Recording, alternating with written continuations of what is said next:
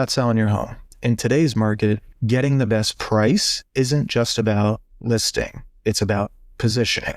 So in the DMV and the Chesapeake Bay region, buyers expect move-in ready homes. They expect smart pricing and top-tier marketing. So today, I'm going to walk you through how to sell faster and for top dollar. We're going to cover market trends, seasonal advantages, staging strategies, and the best way to attract buyers in a relatively unique market. So let's start with the market, because understanding the current trends can help you time the sale of your property just right. Right now, the real estate market in DC, Maryland, Virginia, and our Chesapeake region, it's shifting.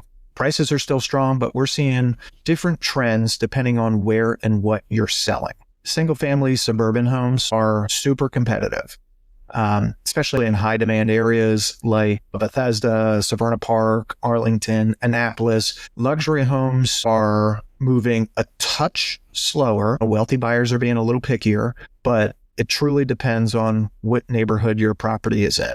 Waterfront homes on the Chesapeake, still hot. It's a low inventory market right now, and so we're going to keep seeing prices remain strong, but buyers still want turnkey properties. They're not looking for teardowns. They're not looking for major renovations. There is a small market for that, but when we're listing properties, we gotta cast the widest net possible, and the best way to do that is look at the market as a whole and what the buyer demand is. You want to talk about condos in DC, there's more competition, there's slower sales, and so presentation and pricing are key there.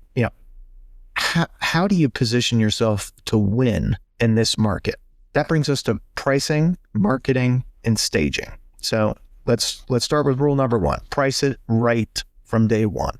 Pricing strategy is everything. You want to avoid overpricing if at all possible. We all know you want to maximize the sale.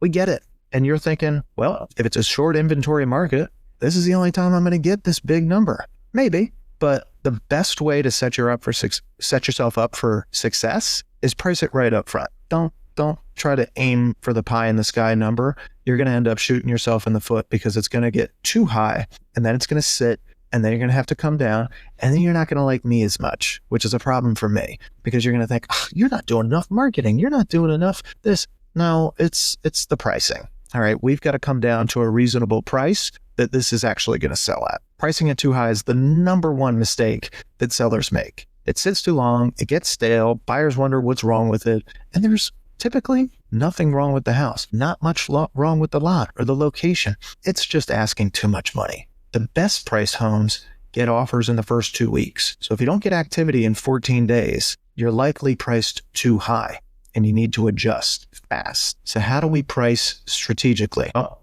use comparables. What is actually selling? So you'll hear us say, hey, real estate agents and appraisers, whoever's in the industry, you'll hear the term CMA all the time.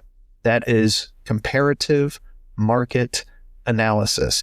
You have to figure out what is actually selling. There's a certain radius around the property that you should be looking for. There's a certain style of property. It's got to look very similar to yours from the outside. You can't comp a townhouse with a rancher. You can't do a Cape Cod with a split foyer. It's not what we do. So you have to find properties that are in a similar area with similar amenities, a similar size and structure. Sometimes it's going to be hard, and you might have to expand your radius, or you're going to have to make adjustments based on experience. And that's where an agent can come in, because an agent has typically seen properties like this, and they might have to go back a little further than a year to find the right comp for you. It's not ideal, but you have to use data to sell properly, or to price your house to sell properly. You also have to know your buyer pool. Are you in a first-time buyer market? Are you in a luxury market?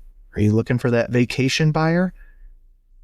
You have to know who you're targeting in order to price it appropriately. You also want to price for search visibility. So pricing something at $499K instead of K, that's going to capture more online searches. You have to understand pricing strategy and psychology. Now let's get into this one. This is one of my favorite ones. So we're talking marketing like a professional, okay? No cell phone camera bullcrap. We're not interested in that.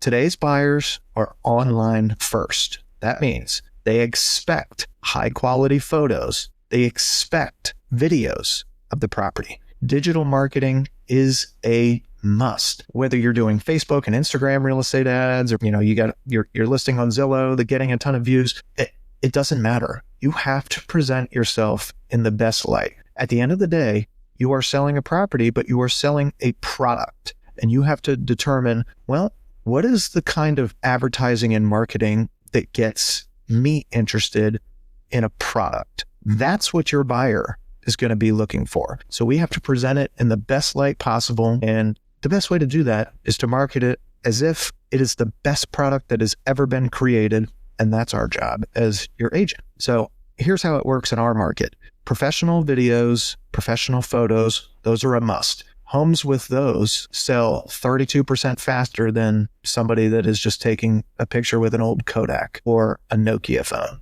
It's not going to work, okay? Social media advertising. There's varying opinions on this, but the idea is you have to target buyers where they scroll. Instagram, Facebook, LinkedIn, all of these are subject to wherever your buyer clients are coming from and where you're going to target them. More professionals are going to be on LinkedIn. Older people are going to be on Facebook. Your 30 to 50 something crowd, they're going to be on Instagram. There are some agents that thrive on TikTok. That's typically not your buyer demographic, but it can be a nice way to get the word out. Same thing with YouTube. It's typically not where your buyer demographic is looking, but you have to have a presence on there. And the better the video, the better the quality, the more attractive your property looks. And that's what we're selling. We're selling attraction. We're selling eyeballs. We're trying to get as many eyes on this as possible. For properties with acreage, properties with waterfront, properties that are in city limits that'll allow it, you want to show off views and neighborhood appeal. So drone footage for those types of properties is a big component that goes into this. You gotta give the feeling as if somebody is there because they are scrolling first. Coming soon listings have come about in the last 7-8 years. The idea behind them is to build hype before a house hits the market.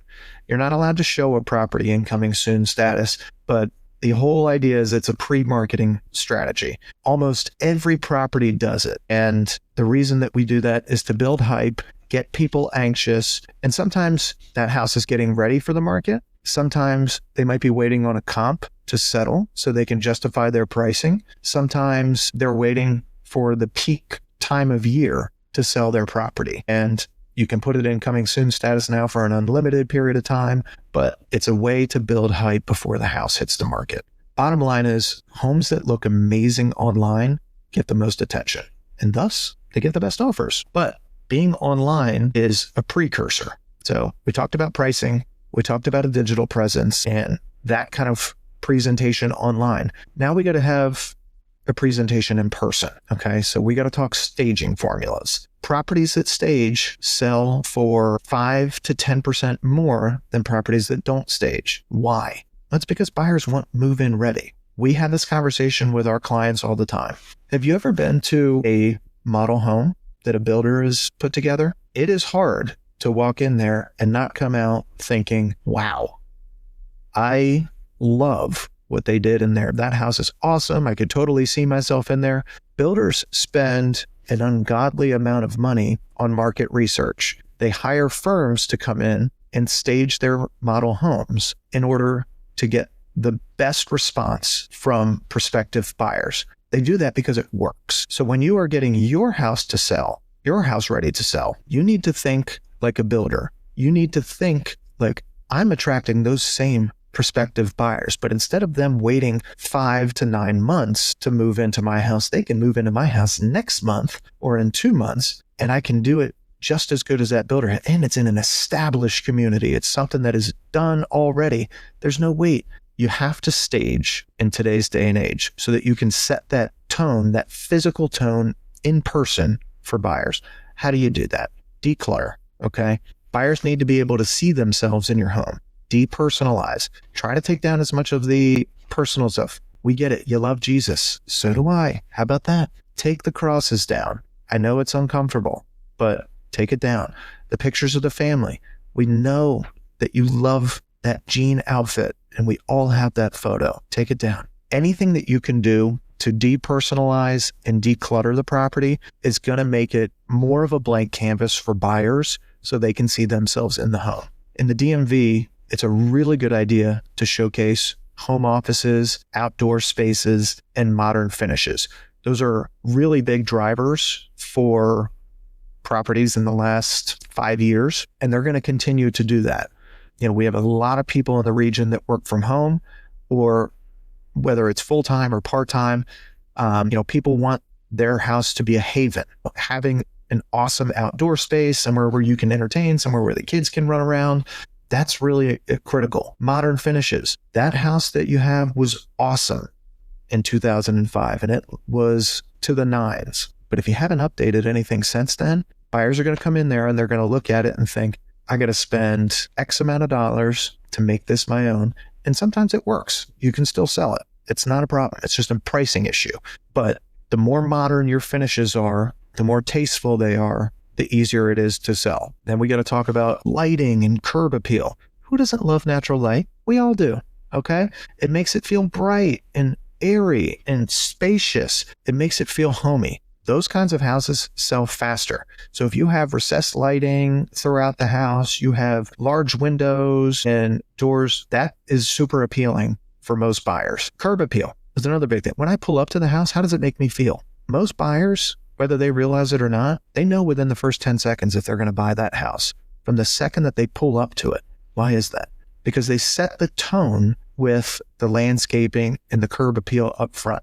They want to envision themselves coming in after a long day of work or picking up the kids from school or whatever. And they want to feel like this is home. And if you can make it look and feel like it's home, you're going to have a much easier time selling. For waterfront homes, maximize the view as best you can. Clean up landscaping, open the blinds, stage the decks. Again, you're trying to sell a lifestyle in addition to a property. So the more that you can maximize that, the better off you're going to be. The shorter your time on market is, the better that sales price is going to be. All right, now let's talk timing your sale, okay? We get asked this all the time. When's the best season to sell? For a long time, for the last 4 to 5 years since COVID, our norms have really gone out the door. But we are seeing some seasonality come back into vogue, all right? So we're seeing things kind of simmer down a little bit and get back into traditional patterns, if you will. Timing can make a huge difference in how fast or how much your home sells for. So let's talk best time to list. In the spring, let's say March to May, that is peak demand in our market. That means you're getting the highest prices and the fastest sales typically during that time. In summer, so let's say June to August, still a really strong market, but it does slow once you get into late July, mid to late July. And it kind of tapers off a little bit because of vacation season, people getting ready for school, there's distractions. When it comes time in September and through November, the fall, serious buyers are still looking. There's lower inventory. It's great for selling with less competition. In the winter, it's a tough season. December to February, it's slower. It just is. It's cold. Nobody wants to go outside. But guess what? The buyers that are looking are super motivated, and homes that show well will still move. So bottom line is selling successfully in the DMV and the Chesapeake region, it's all about smart pricing. You want high impact marketing and staging for success. So if you're interested in selling, talk strategy with your agent and make sure that your home stands out in the marketplace.